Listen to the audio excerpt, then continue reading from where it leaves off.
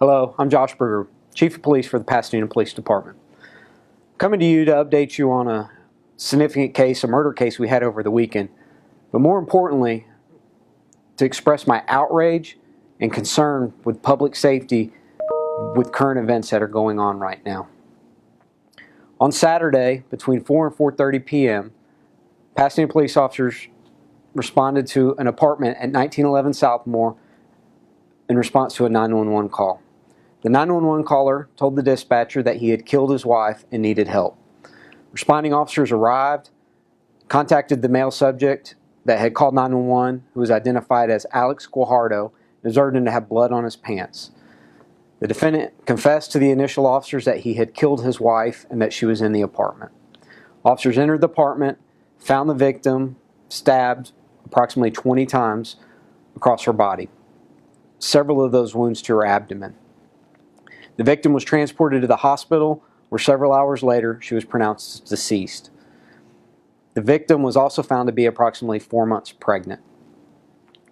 The defendant confessed to stabbing and killing his wife, Caitlin Guajardo, over marital issues, and as it has been reported by the media, he stated he did not want another man raising his baby, and that was the reason he stabbed her so many times in the stomach. My outrage and alarm has to do with Mr. Guajardo's past.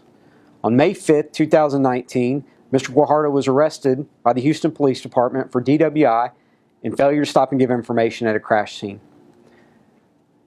Mr. Guajardo was released on a PR bond, and at the time of the murder this past Saturday, those are still active cases.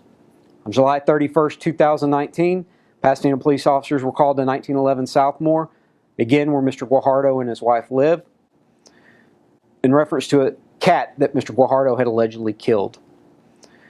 During the course of that investigation, it was determined that Mr. Guajardo had assaulted his wife, Caitlin, and he was arrested for Class A assault, family violence.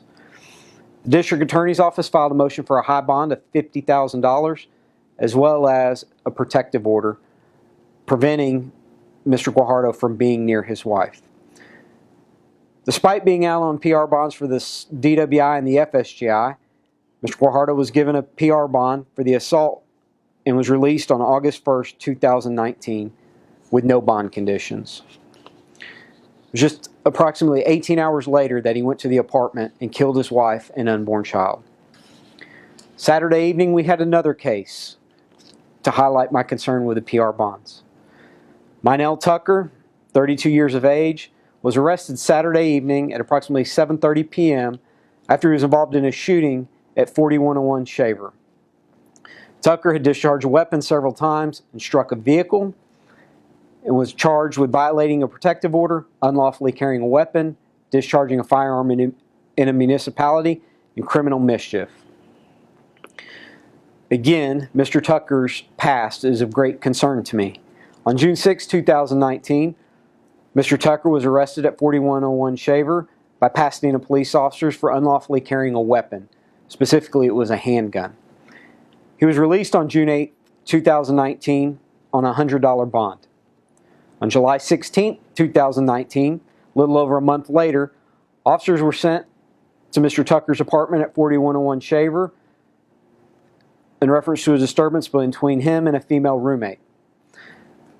During that disturbance, Mr. Tucker pulled a handgun and approached the victim and was subsequently arrested by officers for aggravated assault on a family member, which is a second-degree felony.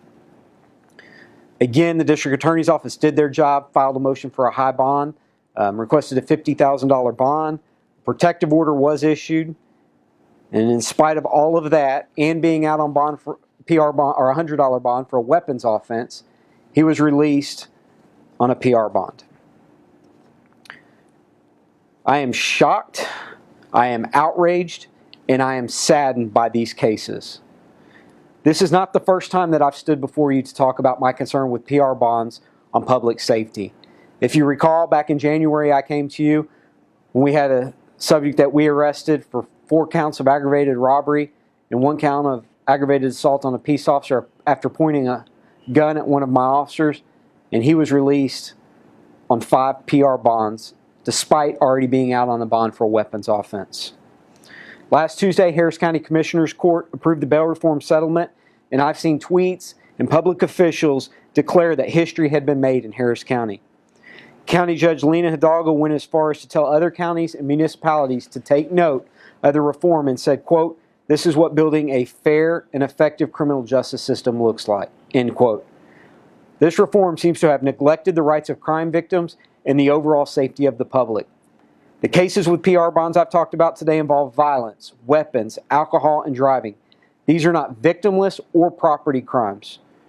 This is not a history that I want to be a part of, and at this point, other jurisdictions should be watching closely to see what not to do.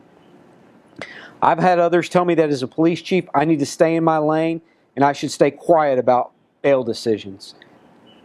When bail decisions are unnecessarily endangering the community and my cops, I'm not going to be quiet. I will speak out. I also live in Harris County, so I'm personally and professionally impacted by these decisions. In my opinion, these bail decisions are at least in part responsible for the death of Caitlin Guajardo this past weekend. Let me be clear and say this. I am not against PR bonds for appropriate cases. Commissioner Adrian Garcia wrote an op-ed last week saying this settlement would not affect family violence and repeat DWI cases. Unfortunately, both the cases I've discussed today involve defendants who are out of jail on multiple PR bonds for charges that involve family violence and multiple DWIs. These were not supposed to be included, according to Commissioner Garcia. These defendants continue to receive PR bonds after being repeatedly arrested. Let's take a look at Mr. Guajardo. Again, he was arrested for DWI in May and FSGI. Again, arrested at the end of July by Pasadena police for assaulting his wife. Released on a PR bond. 2 days later, kills his wife and unborn child. Look at Mr. Tucker, arrested by the Pasadena police in June. Unlawfully possessing a handgun. Middle of July, was arrested by the Pasadena police for aggravated assault on a family member. Again, a weapon was involved. And it should be as no surprise to anybody that on Saturday he was arrested for violating the protective order as well as shooting a car and arrested for 4 charges then.